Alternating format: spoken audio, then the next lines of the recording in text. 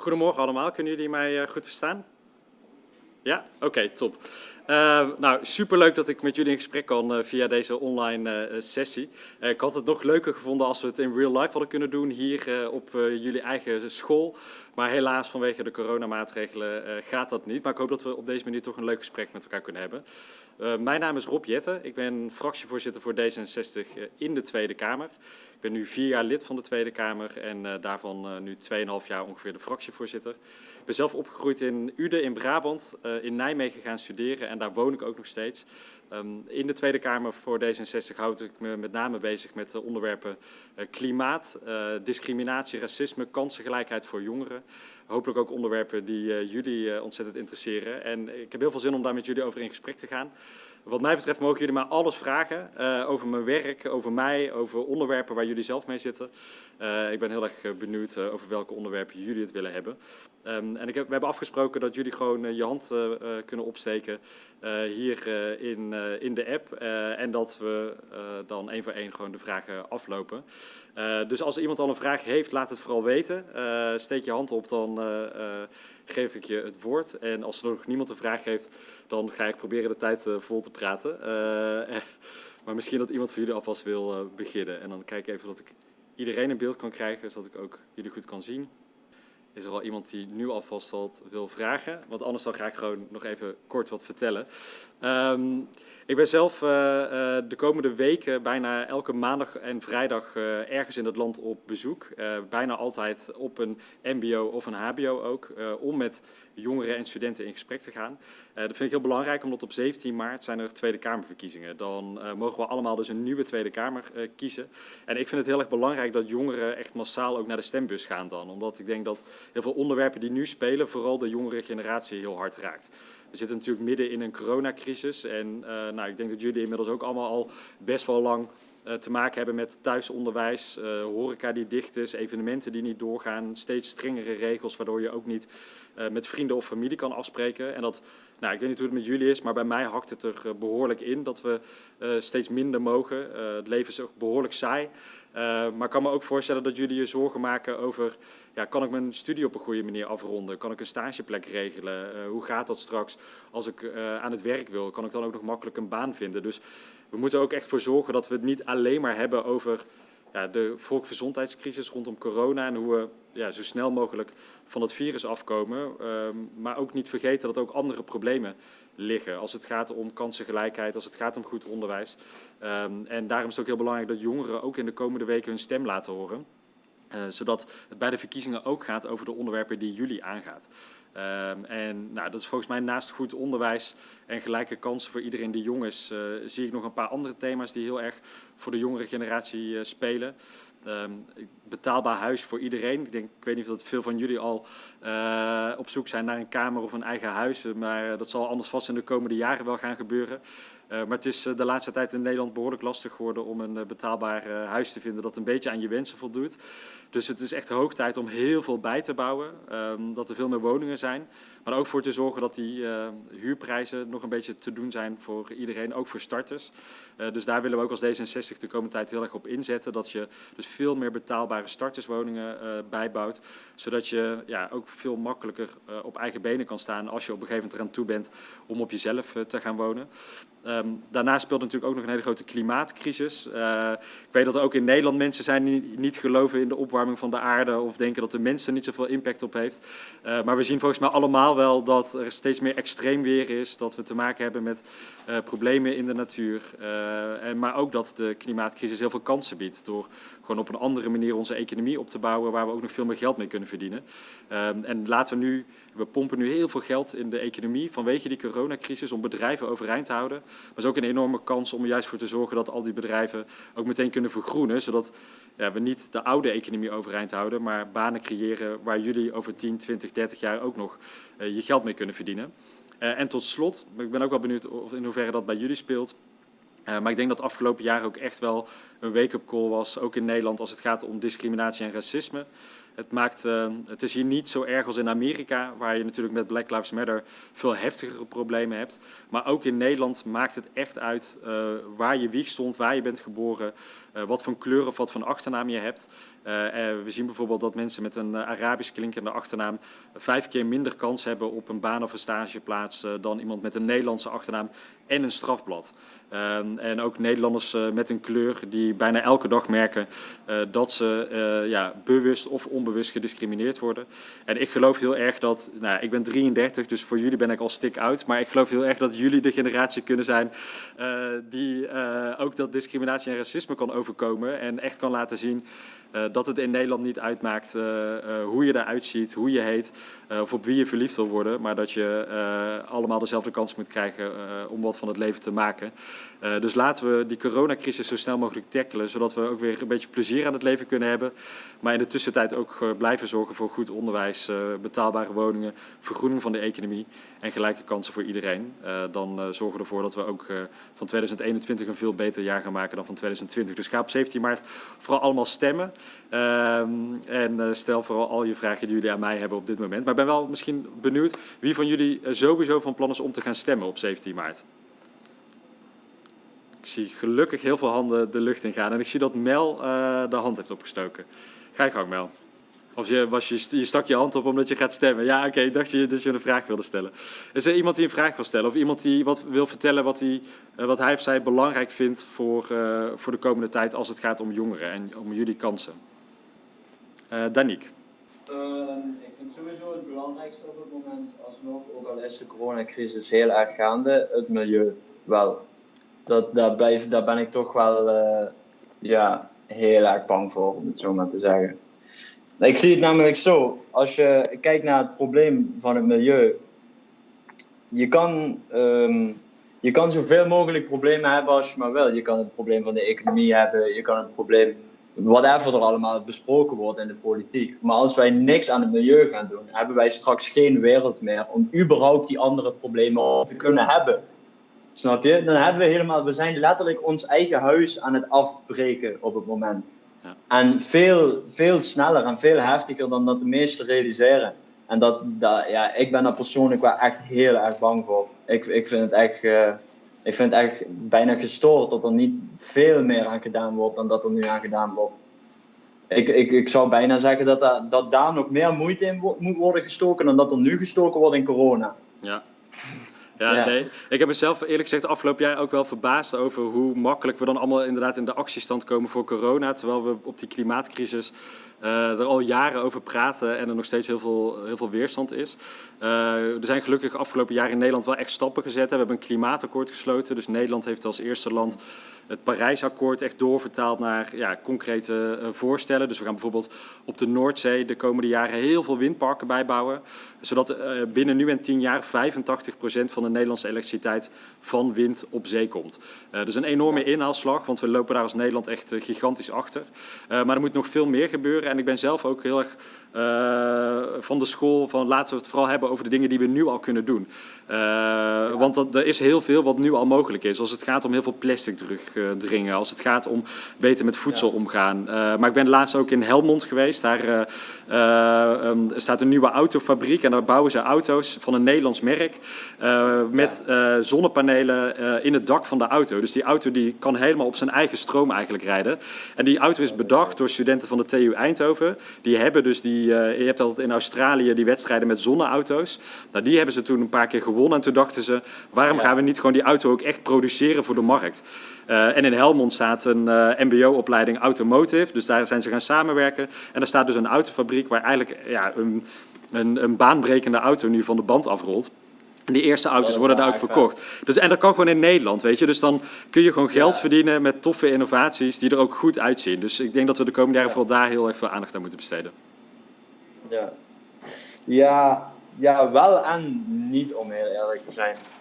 Ik heb me er wel een beetje in verdiept. En wat me vooral heel erg opvalt, is dat we nu heel erg aan het kijken zijn naar de hoeveelheid CO2-uitstoot die we hebben, et cetera, et cetera. Maar als je echt een beetje kijkt naar wat nou eigenlijk het probleem is, ongeveer 50 jaar geleden zou de CO2-uitstoot die we hebben helemaal niet zo'n groot probleem zijn. En zou de aarde dat heel makkelijk kunnen hebben, om het zo maar te zeggen. Alleen we zijn steeds meer groen aan het weghalen de hele tijd. Ik weet niet of u de documentaire Alive on Our Planet heeft gezien. Ja, heel indrukwekkend. Ja. Precies, maar ik zie nog niet echt veel gebeuren aan nieuwe bossen die geplant worden. Echt veel natuur. Het is zo belangrijk dat erbij toe wordt gevoegd, om het zo maar te zeggen. En het is ook niet alleen voor het klimaat, maar ook voor zoveel meer. Ja. Menselijke gezondheid, menselijke geestelijke gezondheid ook.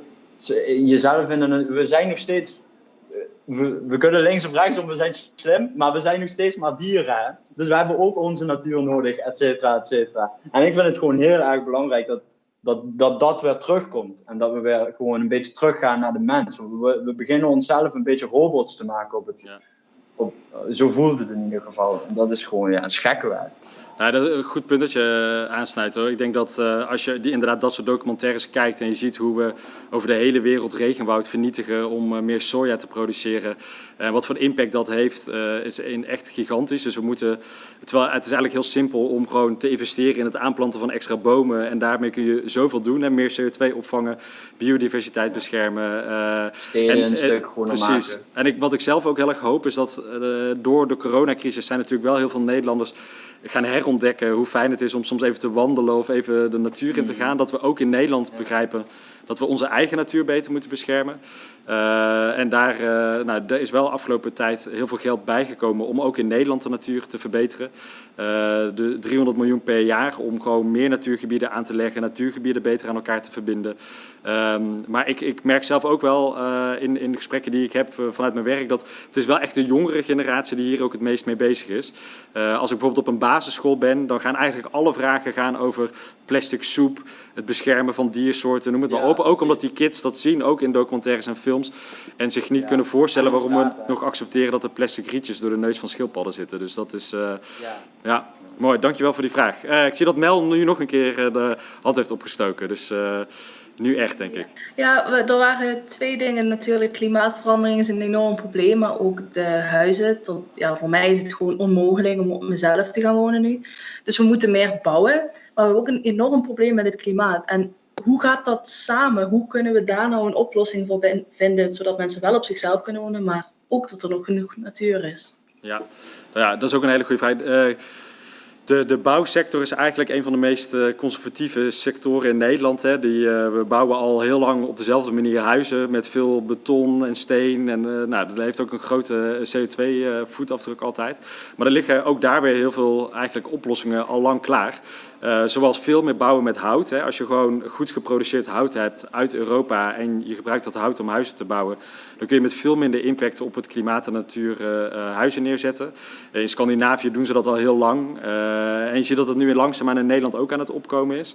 Ik woon dus zelf in Nijmegen. Daar wordt binnenkort zelfs de eerste wolkenkrabber in Nederland met hout gebouwd.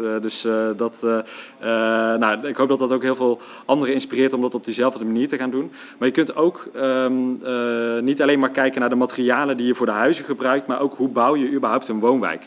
En hoe zorg je ervoor dat daar meteen op een goede manier energie wordt opgewekt met zonnepanelen die gewoon standaard op de daken liggen. Met een goede inrichting van het groen, zodat je bij heftige regenval het water kan opvangen in plaats van dat de straten onderkomen lopen. Want klimaatverandering heeft natuurlijk heel veel aspecten. En heel belangrijk ook, hoe gaan we over 10 jaar bijvoorbeeld van ons huis naar werk en naar school? We bouwen nu vaak nog heel traditioneel alsof dat iedereen een auto heeft, maar de vraag is maar of dat we dat over 10 jaar nog steeds doen. Als je gewoon goed openbaar vervoer hebt en je hebt allemaal een e-bike die 30 km per uur gaat, plus deelauto's in de wijk, kun je op een hele andere manier ook woningen neerzetten en ervoor zorgen dat mensen dan toch een fijne plek hebben om ook te bewegen en ook makkelijk daar weg kunnen als ze ergens naartoe willen gaan. En daar zie je wel echt een kanteling nu op heel veel plekken in Nederland.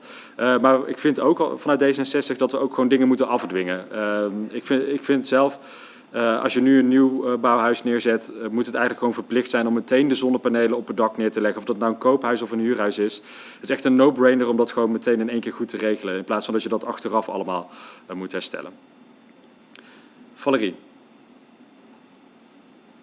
Ja, u zei net dat huizen van hout, dat duurzamer is, als ik dat goed heb begrepen. Maar ik weet niet of u me dat kan uitleggen, maar wat is daar precies duurzamer aan? Het is toch hout, komt van bomen, toch? En dan moet dat weer gekapt worden en dan zie ik niet echt hoe dat duurzamer is. Nee, terecht punt. Kijk, als je beton en bakstenen en zo maakt, dan kost dat heel veel energie, komt heel veel warmte bij kijken. Dus daar heb je een hele hoge CO2-footprint. Bij hout is dat niet zo, maar ook dan daarna weer een boom herplant. Dat is inderdaad wel een hele belangrijke. Want die boom heeft in de tijd dat hij groeide heel veel CO2 opgenomen. Eigenlijk wat Danique net zei, de natuur neemt CO2 op. Dus dat is goed om heel veel bomen te hebben. En als je dan daarna weer een nieuwe boom herplant, dan kan het proces weer opnieuw beginnen. En hout is eigenlijk ook een hele goede, heel goed materiaal om heel veel huizen te bouwen. Je kunt heel veel dingen vervangen. Je zult niet al het beton kunnen vervangen, maar je kunt heel veel dingen vervangen dan. En op die manier, op een veel slimmere manier, ook huizen neerzetten. En zo zie je ook dat er ook vanuit Nederland weer allerlei nieuwe technieken ontstaan. Bijvoorbeeld om huizen te isoleren. Dat doen we vaak nog met grondstoffen waar ook veel olie bij komt kijken om isolatiemateriaal te maken. Maar er zijn heel veel natuurlijke grondstoffen, zoals bijvoorbeeld hennep van wietplanten, die ook een isolerende werking kunnen hebben. Dus het biedt allerlei voordelen om goed te kijken wat heeft de natuur je te bieden en hoe kun je die natuur dan ook gebruiken voor dingen die je nodig hebt. Lila, als ik je naam goed uitspreek. Ja, is goed uitgesproken. Ik had een vraag over, zeg maar dit, hè. Je hebt ook van die plastic stenen, zeg maar. Dus omdat het plastic zeg maar niet vergaat, worden er ook plastic stenen gemaakt. Is dat een optie misschien ook om dat, zeg maar, dat? Ja. Je kunt, kijk, plastic is iets waar je uiteindelijk hopelijk helemaal van af kan. In ieder geval plastic dat wordt gemaakt van aardolie. Er zijn ook steeds meer nieuwe technieken waarbij je ook weer van natuurlijke grondstoffen plastics kan maken. Zoals mais bijvoorbeeld. Maar wij hebben al heel veel plastic gemaakt de afgelopen 100 jaar. Ja. Dus kunnen we daar iets slims mee doen. Daarom zeg maar gerecycled plastic. Dat zeg maar wat nu allemaal in de zee terecht komt, dat we daar stenen van kunnen maken. Ja, nee, ik heb al wel eens gezien dat ze bijvoorbeeld fundeeringblokken hebben gemaakt van gerecycled plastic. Dus dan heb je weer een nuttige toepassing van het plastic dat je uit de natuur hebt gevist. Ik weet niet of jullie Boyan Slat kennen. Dat is een Nederlandse jonge uitvinder. Die heeft Ocean Cleanup opgezet. Dat is die hele grote slang die dan in de oceaan ligt en daar plastic uithaalt. Ik zag laatst op zijn Instagram dat zij nu een zonnebrillenlijn hebben gemaakt van plastic dat ze uit de zee hebben gevist. En gewoon om te laten zien dat je dus met afval ook weer hele toffe dingen kan maken waar je ook weer plezier van kan hebben. Dus eigenlijk zijn die toepassingen super breed. Dus ik zou zeggen, als je een goed plan hebt over wat je met plastic zou willen doen, het kan waarschijnlijk allemaal. Naomi. Ja, ik ga even over van duurzaamheid op onderwijs, als u dat goed vindt. Ja, zeker. U geeft in uw standpunten aan dat leraren minder regels krijgen, waardoor ze uiteindelijk het beste onderwijs kunnen geven aan de studenten. Mag ik vragen wat u onder minder regels verstaat, hoe u dat ziet? Ja. Ik vind allereerst dat we echt in Nederland moeten stoppen met vanaf eigenlijk 10 jaar al leerlingen, jongere kinderen in allerlei... Ja, we proberen iedereen eigenlijk veel te vroeg in een mal te stoppen. Dus je moet op je basisschool een CITO-toets doen. Dan moet je al gaan kiezen naar wat voor middelbare school je wil, wat voor een profiel je dan wil op je middelbare school. Daar heb je weer heel veel examens en testen. En het is heel moeilijk in Nederland om gewoon een beetje op een rustige manier jezelf te ontdekken, je talent te ontdekken. Op een leeftijd een keuze te maken voor je onderwijscarrière als je er ook echt aan toe bent. Dat doen we in Nederland veel vroeger dan andere landen. Dus wij willen als D66 sowieso veel minder zwaarte aan de CITO-toets. Een veel bredere brugklas waarbij je niet al op veel te jonge leeftijd in een bepaald hokje wordt gestopt, maar wat langer de tijd hebt om te ontdekken welk niveau goed bij jou past.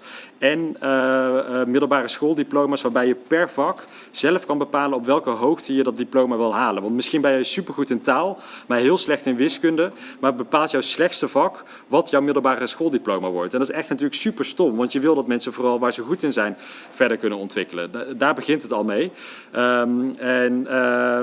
Dan kun je daarna ook veel makkelijker gaan stapelen in opleidingen die je daarna nog zou willen doen. Maar er zijn ook heel veel docenten, eigenlijk van basisonderwijs tot de universiteit, die ook zeggen, ja, ik wil gewoon veel meer ruimte hebben eigenlijk als docent om te bedenken welke lesstof wil ik overbrengen of welke praktijklessen wil ik met mijn studenten doen, zonder dat helemaal wordt voorgeschreven hoe ik dan les moet geven of hoe ik precies die tentamens moet afleggen, met een onderwijsinspectie die veel te vaak langskomt met een hele checkbriefje. Omdat veel docenten ervaren dat het gevoel dat ze een groot deel van hun tijd kwijt zijn met verantwoorden hoe ze lesgeven. Terwijl ik denk, ja, docenten hebben gewoon met passie voor hun vak gekozen. Die vinden het leuk om jonge mensen iets bij te brengen. En laten we dan gewoon aan het eind van een schooljaar of een studie checken of dat studenten en leerlingen voldoende hebben geleerd. Als dat niet zo is, ga je met een school of met docenten in gesprek. Maar geef gewoon gedurende dat jaar veel meer vrijheid over hoe je die lessen wil vormgeven en wat je die leerlingen of studenten moet overbrengen. Maar ik zie dat je een vervolgvraag hebt, Naomi, volgens mij. Of niet? Jazeker. Want u geeft aan, docenten hebben onder andere het gevoel dat ze meer bezig zijn met het verantwoorden van hoe ze lesgeven. Maar ergens vind ik dat toch best wel een belangrijk concept van het onderwijs, hoe er les wordt gegeven.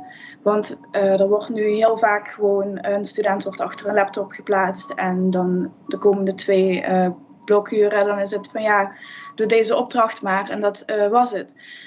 Ik vind dat dat tegenwoordig veel te veel nog voorkomt en dat effectief lesgeving in mijn visie gewoon nog steeds het pen en papier is.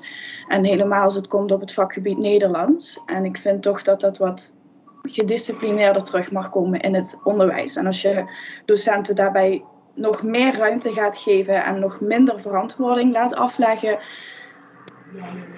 Ja. Ik heb een kleine onzekerheid bij, als ik eerlijk mag zijn. Ja, dat kan ik me voorstellen, maar ik denk dat bijna alle docenten zouden het liefst nog veel meer tijd aan lesgeven besteden. Dus gewoon met jullie in een collegezaal of in een klaslokaal staan en gewoon 1-op-1 of in een groep echt lesgeven. Maar ik denk dat doordat we het zo ingewikkeld hebben gemaakt, docenten heel veel andere verantwoordelijkheden hebben en veel van hun tijd kwijt zijn aan vergaderen met collega's, formulieren invullen, verantwoording afleggen, allerlei zaken weer voorbereiden. Dus als je gaat kijken naar een werkweek van een docent, dan is eigenlijk een veel te klein percentage blijft over om echt met leerlingen en studenten bezig te zijn. Mijn vader is net met pensioen. Die heeft zijn hele leven ook op een mbo gewerkt als docent detailhandel. En hij vertelde mij ook toen hij met pensioen ging, dat hij eigenlijk de laatste 10 jaar zijn vak steeds minder leuk vond, omdat hij helemaal geen tijd meer had om op de stageplaats van een student langs te gaan en daar gewoon even rustig met de student of de stagebegeleider het gesprek te voeren over hoe gaat het hier in de winkel waar iemand stage loopt. En dat soort. Dus je wil vooral dat docenten die tijd weer terugkrijgen. En dan zeggen wij, laten we dan vooral snijden in heel veel andere dingen, zodat met name dat lesgeven en 1-op-1 begeleiding van studenten overblijft. En dan hoop ik dat jij ook weer wat minder vaak achter een laptop wordt geparkeerd, maar ook weer meer echt in contact bent. Want ik weet niet ik ben wel benieuwd hoe jullie dat ervaren hoor, dat online onderwijs. Want ik vind het wel indrukwekkend hoe snel de meeste scholen online onderwijs uit de grond hebben gestampt. Maar ik ben er soms helemaal klaar mee om alleen maar naar zo'n scherm te kijken. En zou het heel fijn vinden om gewoon weer met elkaar in dezelfde ruimte te zitten. Ja? Oké, thanks. Ik zie dat Daniek zijn hand weer heeft opgestoken. Ja. Hoe voel je... hoe zeg ik dat eigenlijk? Wat vind je van misschien ook vakken toevoegen en zulke soort dingen? Want wat ik heel erg gemerkt heb de laatste tijd, is dat we helemaal niet echt worden voorbereid op het echte leven. We krijgen alleen maar vakken erin gestampt en we krijgen alleen maar kennis gestampt. En hier, informatie. Maar hoe we die informatie dan moeten verwerken in de wereld en hoe we om moeten gaan met verschillende dingen, daar wordt eigenlijk bijna niet over gesproken. En dan heb ik het bijvoorbeeld over inderdaad gewoon het leven. Dus hoe leef je, koken, zulke soort dingen. Maar dat is op zich nog niet zo heel erg. Maar ook vooral hoe bereid je je mentaal voor op het leven. Want mental issues blijft alleen maar meer stijgen. En alleen maar bij meer jongeren en ook steeds maar jonger dat het al begint met veel problemen. En dat eigenlijk. Hoe zit je daar? Nou, ik ben ook wel benieuwd. Heb jij zelf concrete ideeën over wat voor vakken of thema's je dan zou willen toevoegen aan wat je nu krijgt? Nou, bijvoorbeeld, ik heb dan zelf mijn HAVO gehaald. En bijvoorbeeld bij het vak levensbeschouwing dacht ik echt, wat krijgen we hier nou geleerd? Wat is dit? We kregen gewoon geleerd hoe de verschillende religies denken en zulke soort dingen. Maar dat zie ik helemaal niet als levensbeschouwing. Levensbeschouwing is meer van hoe ga je met situaties om? Ja. Wat denk je aan?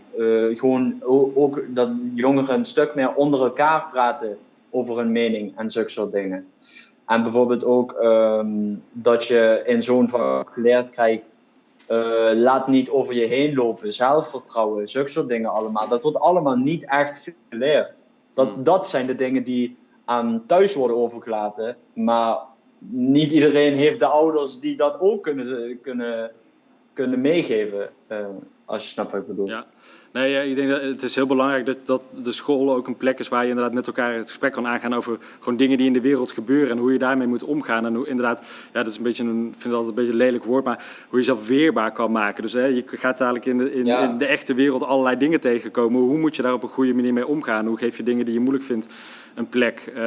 Hoe moet je mannetje of je vrouwtje staan als andere mensen flink tegengas geven? En dat kan eigenlijk bij alle vakken, volgens mij, kun je daar met elkaar het gesprek over aangaan. Wij hebben wel, dat is dan niet zozeer voor, denk ik, voor jullie opleiding, maar vooral voor basisscholen en voor middelbare scholen ook wel een heel uitgebreid voorstel over hoe je dat op een totaal andere manier kan vormgeven. Hè. Ik denk dat als je bijvoorbeeld op basisscholen en middelbare scholen ervoor zorgt dat naast onderwijs als in klassieke vorm in klassen er ook veel meer tijd en ruimte is voor sport, voor cultuur, voor bijlessen op school. Omdat ook heel veel jongeren die dat thuis niet krijgen, die begeleiding, of waar ouders thuis geen geld hebben om dat soort dingen ook voor hun kinderen aan te bieden, dat je dat op school in ieder geval kan krijgen, zodat iedereen op dezelfde manier zich zo breed kan ontwikkelen, zodat je ook klaar bent voor het echte leven, om het maar even zo te zeggen. En het zou inderdaad heel goed zijn als je de vakken die je hebt, daar ook continu wordt geprobeerd om de koppeling te maken met de praktijk. Maar ik moet wel zeggen dat ik vind zelf dat het mbo-onderwijs daar ook wel vaak voorloopt op het hbo en het wo. Omdat in het mbo natuurlijk ook veel scholen goed samenwerken met bedrijven en instellingen uit de regio. En daar proberen ook die koppeling te maken tussen de praktijk en de theorie. Dus ik hoop dat jullie dat... Ik zie een paar mensen knikken, dus ik hoop dat jullie dat bij jullie opleidingen dan ook zo ervaren. Ja. Ik had het inderdaad zelf ook over de basisscholen en de middelbare scholen. Ja. Mel, ga je gang. Ja, ik heb zelf ook mijn HAVO afgerond. Ik heb daar ook mijn diploma in. Toen heb ik een mbo gekozen. En er wordt toch altijd wel heel erg op neergekeken. En je merkt toch ook dat de meerderheid van mijn klas hierna een hbo wilt gaan doen. Waardoor er echt een groot tekort ontstaat in mensen die een mbo-opleiding hebben en in dat vakgebied werken. Ja, ik vind dat wel een heel groot probleem. Ik vind ook echt dat we het moeten stimuleren tot mensen een mbo gaan doen in plaats van een hbo. Ja. En wat kunnen we daarin doen hoe dat beter wordt? Ja, ik vind het is echt iets typisch Nederlands inderdaad. Dat we altijd maar denken dat als je dan maar zogenaamd hoger onderwijs hebt gedaan, dat het dan beter is. Dus misschien, er zijn wel eens mensen die zeggen, dan laten we gewoon die namen afschaffen, dat we van die discussie af zijn. Want het gaat volgens mij, je hebt alle verschillende invalshoeken nodig. Je hebt mensen nodig die heel erg in hun hoofd zitten en allerlei slimmigheden bedenken of heel erg diepgaand wetenschappelijk onderzoek willen doen. Nou, die mensen moeten vooral naar de universiteit briljante dingen bedenken. Maar je hebt ook mensen nodig die briljant zijn om het ook daadwerkelijk dan voor elkaar te krijgen. Want andersom blijft het altijd natuurlijk alleen maar een papieren werkelijkheid. En ik denk dat het beroepsonderwijs in Nederland is cruciaal natuurlijk. Gewoon vanwege de breedte van het aantal opleidingen dat er is. Maar moet je je eens voorstellen, als niemand een mbo-opleiding zou doen, hoeveel banen en bedrijven dan tot stilstand komen. Want je als samenleving draai je uiteindelijk wel op de mensen die het beroepsonderwijs hebben gedaan. En ik denk dat de afgelopen jaren volgens mij wel echt een imagoverbetering is geweest. Maar je ziet bijvoorbeeld ook, we weten uit onderzoek bijvoorbeeld, dat ouders met een migratieachtergrond, waarvan de eerste generatie kinderen naar school gaat, dat die heel erg denken van, ik moet mijn kinderen pushen om een hbo-opleiding te doen, want dan heb je meer kans op de arbeidsmarkt. Terwijl dat in feite vaak helemaal niet het geval is. Met een goed mbo-diploma ben je vaak veel meer verzekerd van een goede baan in de rest van je leven, omdat je zo onmisbaar bent met heel veel beroepen die je op het mbo kan doen. Dus daar op een andere manier over praten, die goede voorbeelden laten zien, is denk ik heel erg belangrijk. Maar ik moet ook wel zeggen, het helpt natuurlijk ook als je een schoolgebouw hebt, zoals, ik weet niet of jullie allemaal op deze locatie les hebben waar ik nu zit. Maar dit is natuurlijk wel een indrukwekkend gebouw om ook les te mogen krijgen. En dat soort dingen helpen ook om ervoor te zorgen dat het aantrekkelijk is om voor zo'n mbo-opleiding te kiezen. En gewoon middelbare scholieren kennis laten maken met dit soort opleidingen voordat ze een schoolkeuze maken is denk ik heel erg belangrijk. En ik hoop dus ook, waar we het net over hadden, als je op de middelbare school veel minder in een hokje wordt gestopt, maar gewoon per vak op je eigen niveau je vakken kan volgen en de dingen kan doen die je leuk vindt, dat het dan daarna ook misschien wat makkelijker wordt om gewoon de vervolgopleiding te kiezen waar je echt zin in hebt. In plaats van dat je het gevoel hebt dat je weer via die vaste hokjes de volgende stap moet zetten. Sarah.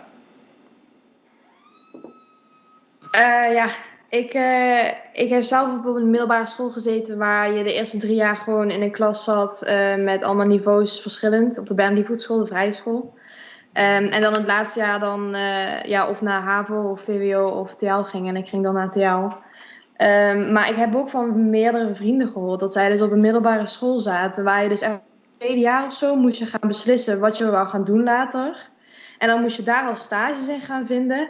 Ja, ik dus bij het einde van mijn 4e jaar nog niet eens wat ik wou gaan doen. En ik heb echt op een nippertje nog gekozen voor de opleiding die ik nu zit te doen. Maar ik vind het echt absurd dat je dan in het 2e jaar al zou moeten weten wat je wou gaan doen. Ja, dat vond ik echt heel raar toen ik dat hoorde eigenlijk. Ja. Dus, ja. Dat is inderdaad bizar. Alsof je dan moet je dus op je 12e of je 13e een keuze maken die echt super bepalend gaat zijn voor de rest van je leven. Ik heb zelf in Uden op een middelbare school gezeten. En daar gingen ze op een gegeven moment een nieuw gebouw neerzetten. En toen gingen ze voor de VMBO, HAVO en VWO echt aparte gebouwen maken. Dus we zaten eerst allemaal door elkaar.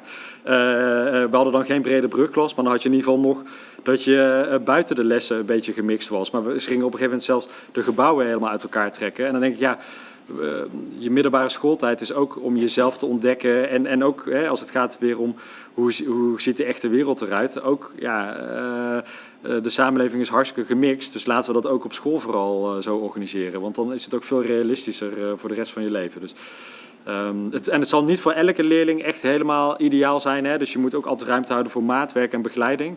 Maar iets meer door elkaar is echt wel beter. Sarah, ga je gang. Je wilde nog reageren volgens mij. Nee, mijn handje was nog omhoog. Oké, top. Ja. Martijn. Wat Mel net ook al zei, van, dat ze de HAVO-diploma heeft gehaald en ook daarna naar het mbo is gegaan.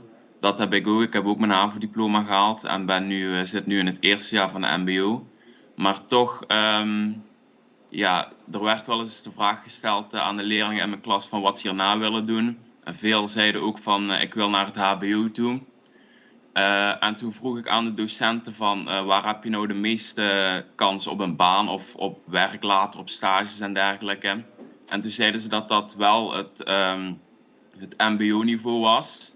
Puur omdat het mbo iets goedkoper wordt betaald of zo.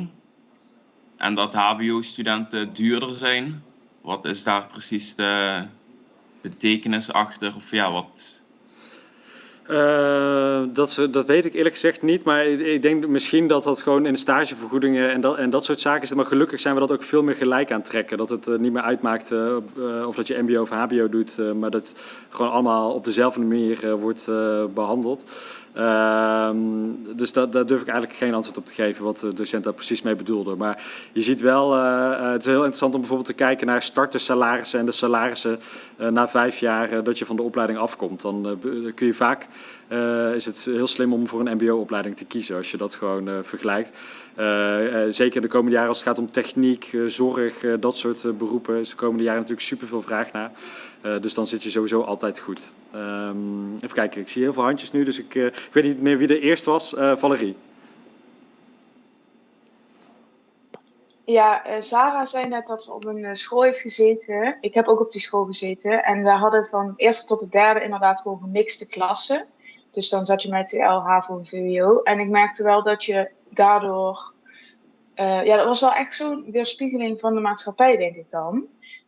En ik heb daar echt wel veel aan overgehouden, veel aan geleerd ook. Omdat je merkt hoe mensen denken en hoe... ja, zeg maar, wij hebben allemaal een iets praktischer gedachtegang, zeg maar. En zeg maar, mensen die VWO deden, hebben dan zeg maar wat meer theoretisch.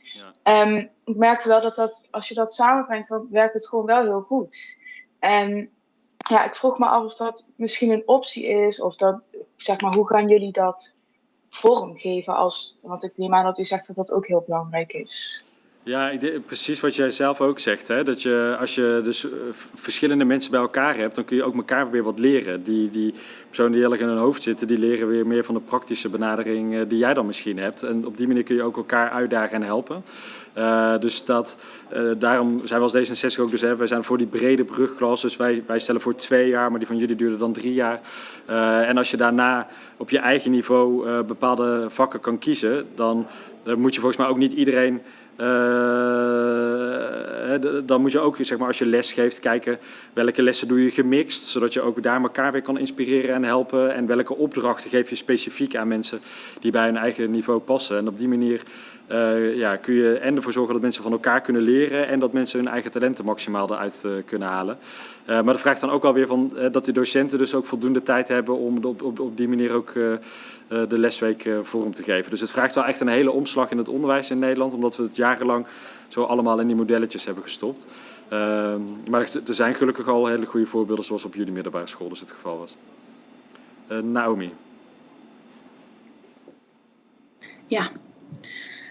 Ik moet zeggen, de afgelopen 20 jaar is het onderwijs enorm veranderd. En dit hangt meer af van de wet, waarin staat dat de diplomering van docenten een uitzondering op is wanneer het bestuur de docent geschikt acht.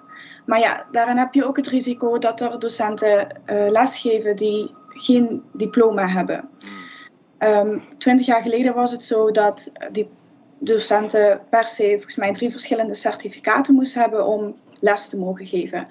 En dat effect daarvan, dat zie je wel op een negatieve manier een beetje terugkomen in het onderwijs. Dat er heel veel docenten voor de klas staan die eigenlijk maar gewoon lappentekst voorlezen, maar niet echt kunnen uitleggen en toezeggen. En u geeft aan in uw standpunten dat nieuwe docenten begeleid kunnen worden door ervaren docenten. Maar ik zou daar wel een beetje meer uitleg over willen. Want we hebben het er al over dat er een lerarentekort is en dat ze meer ruimte nodig hebben. En hoe ziet u dan voor zich dat ze wel ruimte hebben om begeleiding te geven aan nieuwe docenten? Ja, we zien gelukkig de laatste paar jaar dat steeds meer mensen weer voor een lerarenopleiding kiezen. Zowel voor basis- als voortgezet onderwijs als ook mbo en hbo. Dat meer mensen willen weer voor de klas staan. Maar we zien tegelijkertijd ook dat heel veel nieuwe docenten binnen een paar jaar weer stoppen met werken of minder uren gaan werken, omdat het ze gewoon tegenvalt. Dus het is belangrijk dat mensen niet alleen tijdens hun stageperiode, maar ook als ze eenmaal echt voor de klas staan, goed begeleid blijven worden. Dat je de eerste paar jaar ook op een goede manier het vakje eigen kan maken en minder mensen weer uitvallen. Dus daarom hebben we veel aandacht voor die begeleiding. Maar ik vind het ook terecht punt dat je aansnijdt van hoe zorg je er ook voor, als iemand 40 jaar docent is.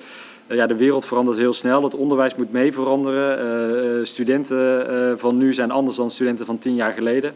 Dus je moet wel, misschien niet met allemaal weer afvinkformuliertjes en certificaten die je moet halen, maar er wel voor zorgen dat docenten ook de tijd hebben om zichzelf bij te blijven scholen of af en toe iets heel totaal nieuws te leren. Dus daar trekken wij in ons verkiezingsprogramma ook veel geld voor uit, zodat elke docent een eigen ontwikkelbudget heeft, zodat je gewoon vervolgcursussen, opleidingen kan uitkiezen als docent, waarvan je denkt, ja, dat is gewoon nodig, zodat ik mijn beroep ook op een goede manier kan blijven uitoefenen. Even kijken, Danique.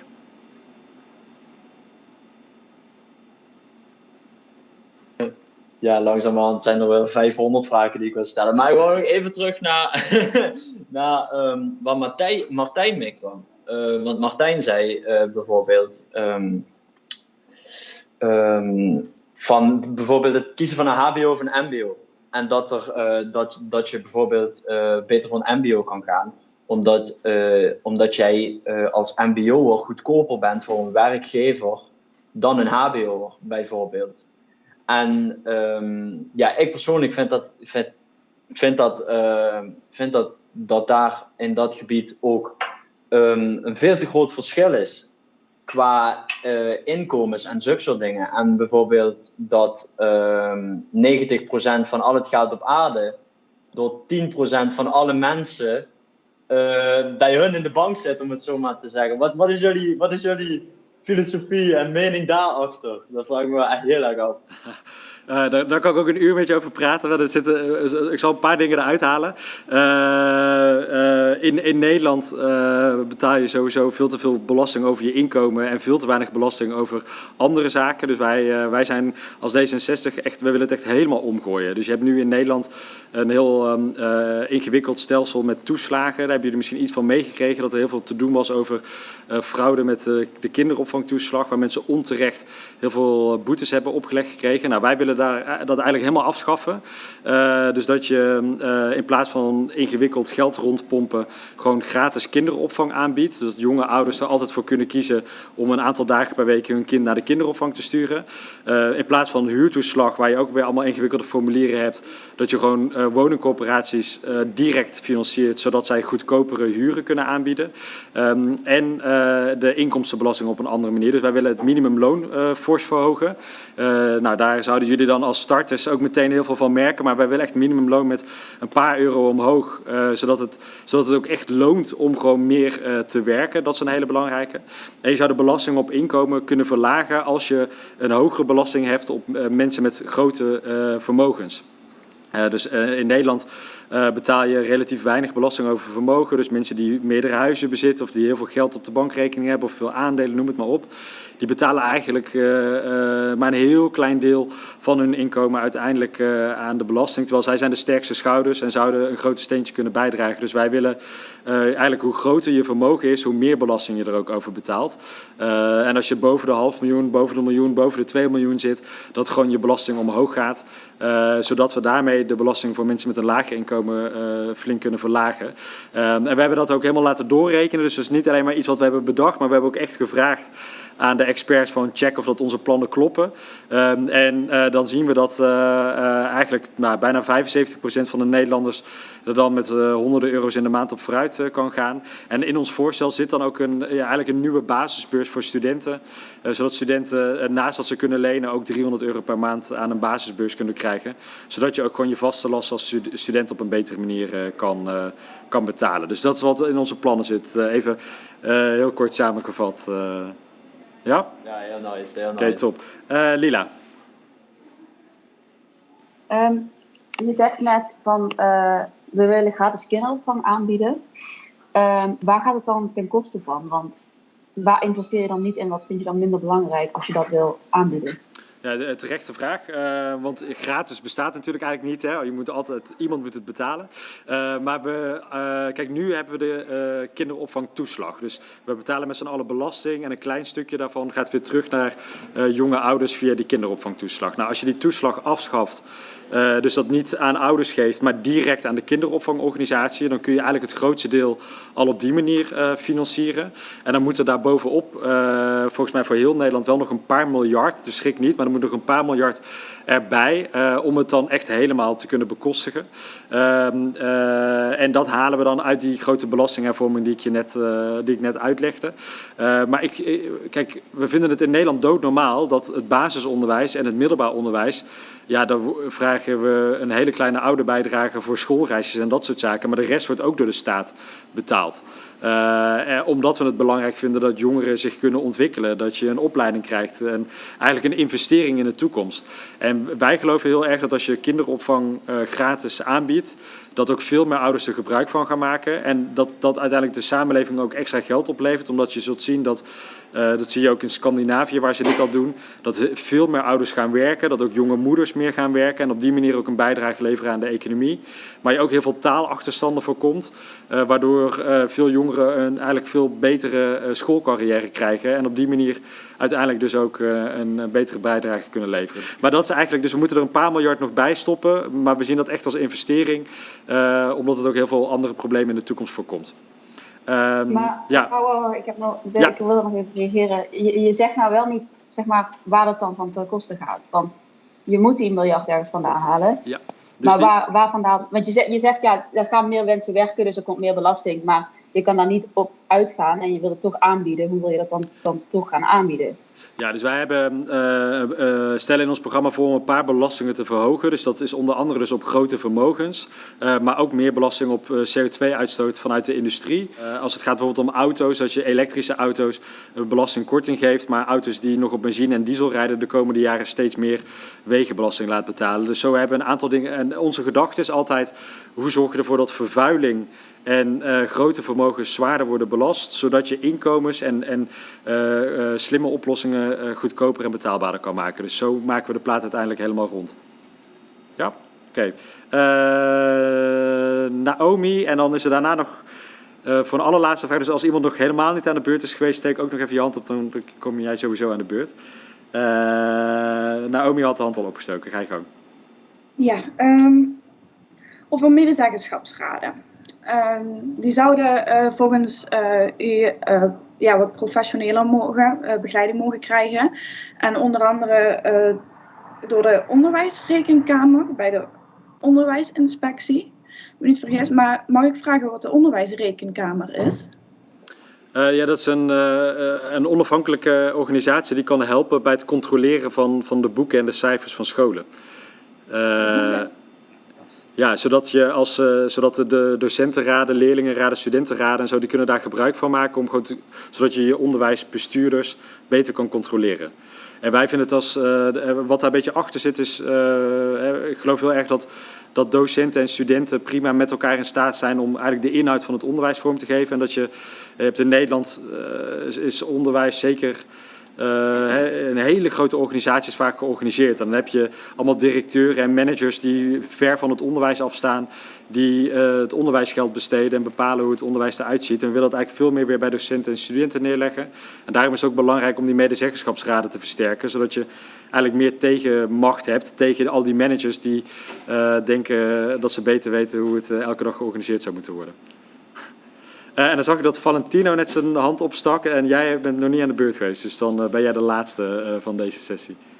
Ja, klopt. Ik heb een vraag over corona en de maatregelen en de impact voor jongeren. Ja. Want ja, er worden steeds meer maatregelen genomen nu. Sinds eergisteren. Een avondklok, ja. Maar ja, we merken dat de jongeren, we zijn er allemaal wel een beetje klaar mee. Ik denk iedereen wel. Maar ik mis een beetje het gesprek met jongeren over waarom die maatregelen nou er zijn. En ja, nu zien we dat er toch wel ideeën de rondte ingaan die niet helemaal kloppen en die gebaseerd zijn op complottheorieën en dat soort dingen. En ja, het zou fijn zijn als er meer en vaker het gesprek met jongeren over die maatregelen aan wordt gegaan. En ja. Ik denk dat dat belangrijk is. Nou, dat ben ik echt helemaal met je eens.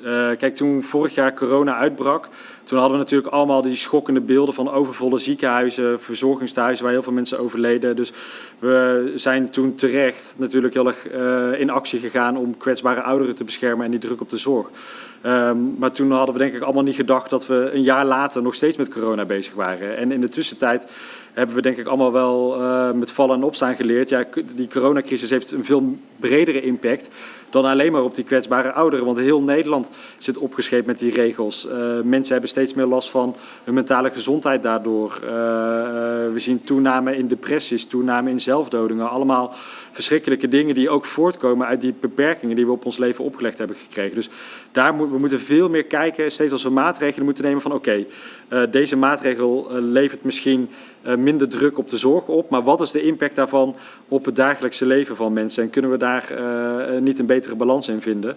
En de komende tijd moet echt alles op alles staan om eerst jongeren weer meer ruimte te geven. Dus als we weer een beetje kunnen versoepelen, is het allerbelangrijkste dat we eerst weer fysiek onderwijs kunnen krijgen, zodat jullie je opleiding op een goede manier kunnen afronden, zodat je weer stage kan gaan lopen en dat we niet de verloren generatie gaan krijgen.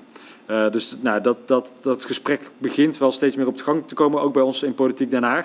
Maar het heeft wel heel lang geduurd. Het is eigenlijk te lang hebben we het een beetje genegeerd. Wil je er nog op reageren? Ja, ik zou er nog wat op willen reageren. Ik ben zelf, ik doe de opleiding verpleegkunde, ook in het ziekenhuis. Dus ik zie de effecten van corona van heel dichtbij. Maar ik zie ook de effecten van de maatregelen. En het is mooi dat als het straks versoepeld kan worden, dat er wat voor de jongeren wordt gedaan. Maar op dit moment gaan die problemen voor de jongeren. Je noemt al mentale gezondheid, huiselijk geweld neemt toe, depressies. In het ziekenhuis zien we ook de zelfdodingen onder jongeren toenemen. Ja, dat is natuurlijk verschrikkelijk. Maar wat kunnen we gewoon nu doen voor al die jongeren en al die mensen? Want je zegt zelf, het duurt te lang. En buiten dat corona's leven kost dit soort dingen ook natuurlijk heel veel levens. En dat moeten we denk ik niet willen als samenleving. Nee, helemaal met je eens. Ik vrees dat we de komende 2 weken wel even door moeten met de lockdown die nu nog tot 9 februari is afgekondigd. Maar wat D66 samen met GroenLinks overigens de afgelopen tijd heel erg op heeft ingezet, is hoe je ook met corona weer meer ruimte aan jongeren kan bieden. Dus we zijn afgelopen maand begonnen met sneltesten op scholen. In Groningen hebben ze dat nu uitgetest. Dat gaan ze nu over het hele land uitrollen. Dat je gewoon op je schoollocatie een sneltest kan doen. En meteen dan kan weten, ben ik positief of negatief. En je daardoor veel meer mensen weer in die schoolgebouwen kan binnenlaten dan nu het geval is. Maar je zou zo'nzelfde aanpak ook kunnen kiezen voor bijvoorbeeld evenementen. Dus ook dat je gewoon buiten je school, je stage en je werk ook weer een beetje leuke dingen kan doen.